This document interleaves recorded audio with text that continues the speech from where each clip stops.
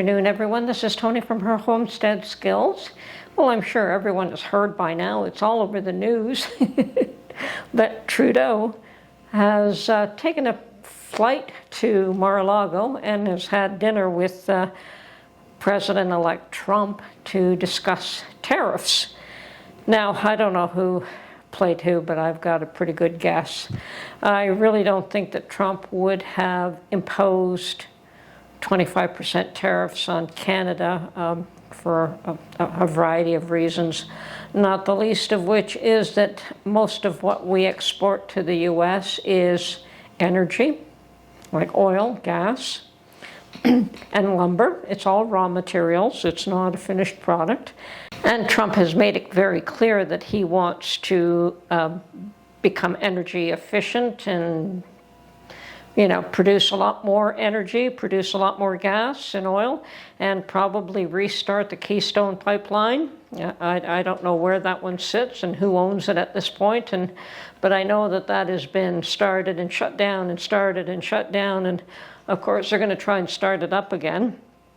And we also know that Trudeau has been against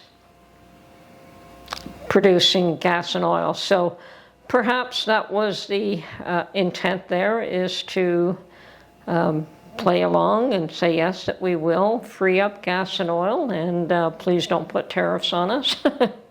But, yeah,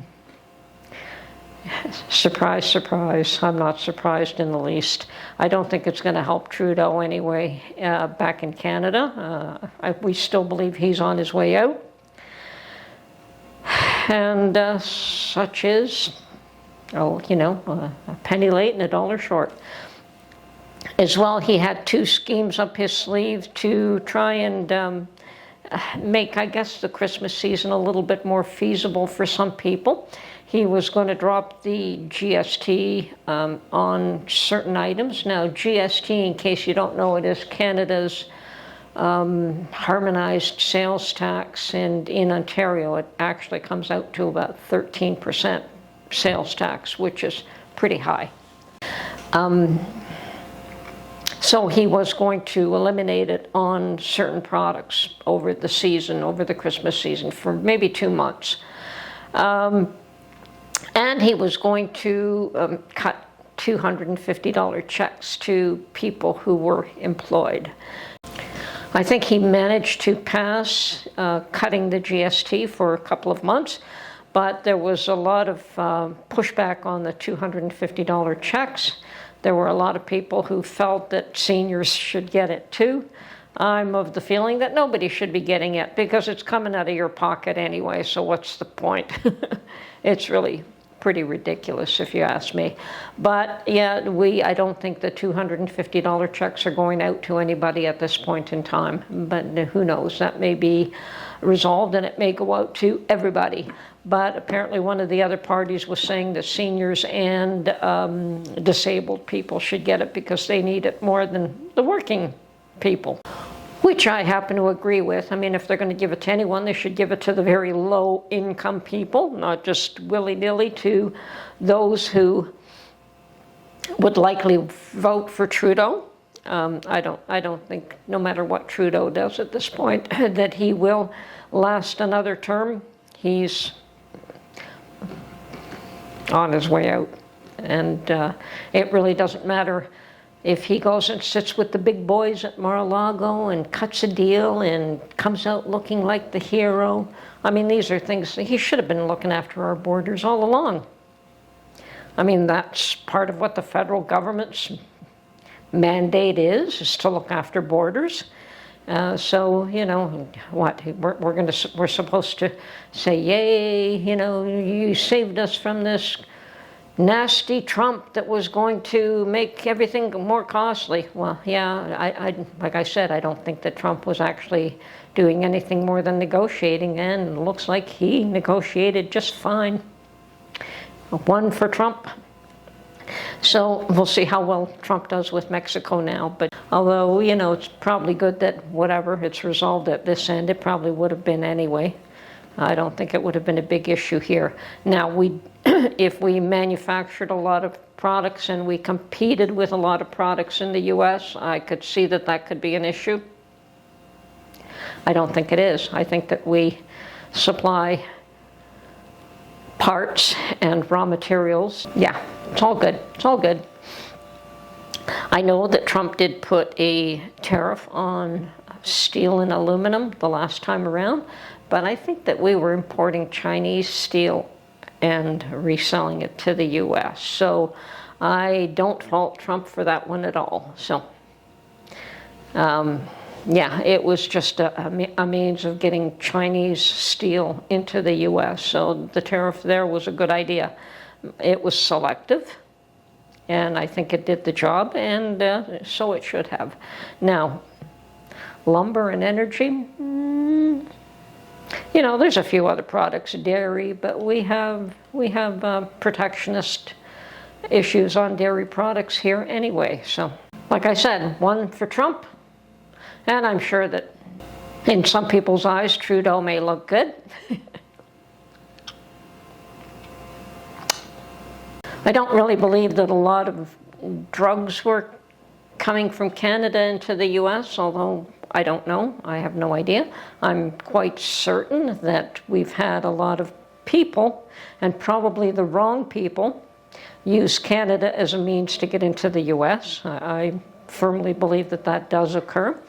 And that is mainly around US border, or sorry, the Quebec border.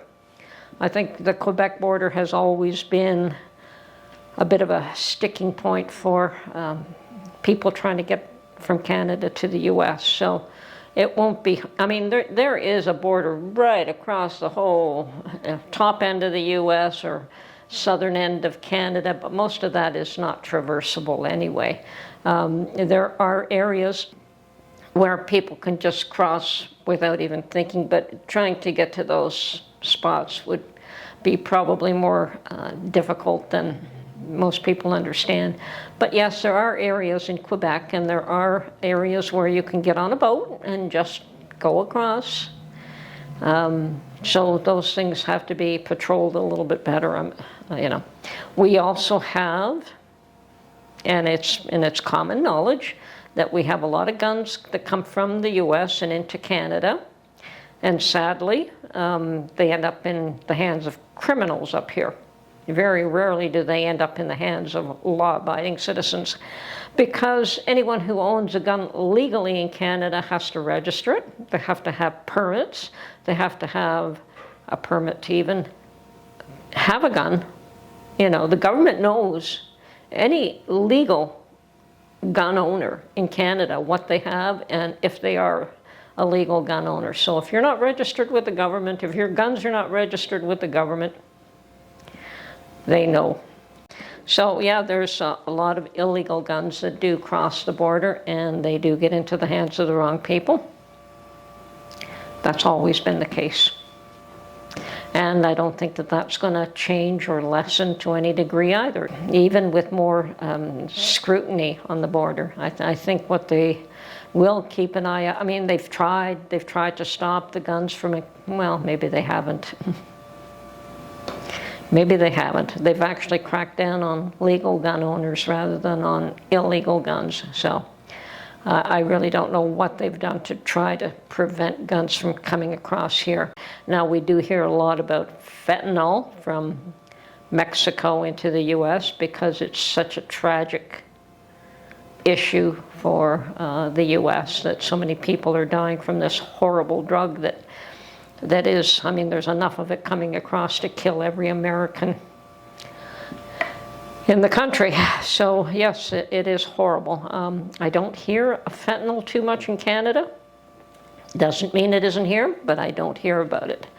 Once again, it's the ignorance of that culture and of that state of drug use or drug industry. But guns I'm aware of. And I know that illegals are using the border to cross. What they take back and forth, I have no idea. Anyway, hopefully some of this can get nailed down, and on all sides. And hopefully even Britain and Europe and all those other countries will tighten up their borders and look after their own people a little bit better than what they have. And then if that's the case, maybe we'll have a whole lot less issues of... And yes, Trump is making an impact even before he takes office. Good for him. More power to him. I have no qualms about being a Canadian supportive of Trump. So I hope everyone had a happy Thanksgiving and look forward now to the holiday season, and I hope people are continuing to be happy and hopefully helping those poor people that were affected by Helene. And wow, the snowstorm that you guys are getting, for once, lake effect snow has not bothered us yet. I have not seen a snowflake. And yeah, now you're dealing with what we normally deal with, but we don't usually get it till around Christmas time, so I'm sure that we'll get our share pretty soon. Anyway, happy holidays for everyone. Enjoy your shopping. I see people are out doing a ton of shopping. People are in a good mood. That's good to see. Anyway, we'll talk to you soon. Have a great day. Bye for now.